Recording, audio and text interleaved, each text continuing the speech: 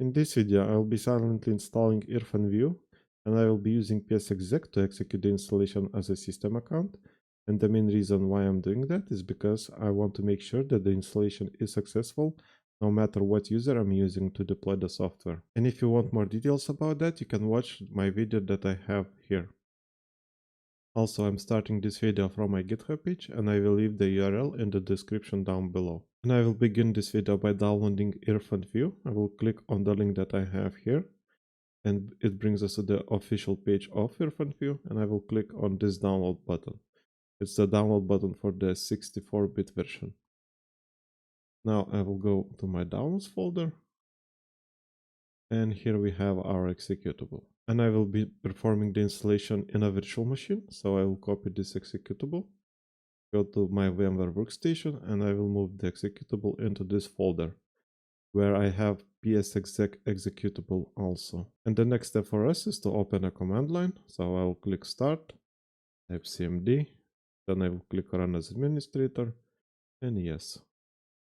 Next step for us is to change the directory in our command line to the directory where we have our files. So I will click here and copy the location, then go back to my command line, and I will type cd, paste in the command line, and enter. And if I do dir, I can see my executables here. And like I mentioned before, we'll be installing the software under the system account. So now I will use psexec to open another command line, but this time it will be under the system account. So for that, I will type the executable name for psexec and .exe -i for interactive, -s for system, and then the process that I want to start is cmd. I will agree with the license terms.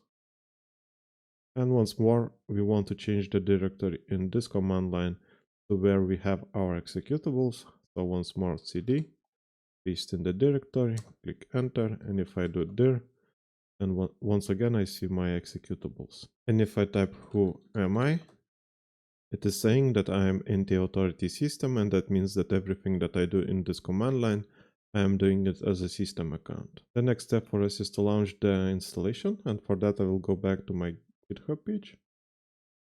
And here I have the command that I will be using for this video. And as you can see here, I'm using cmdc. This part is not necessary, but I'm using it to see when the installation is finished.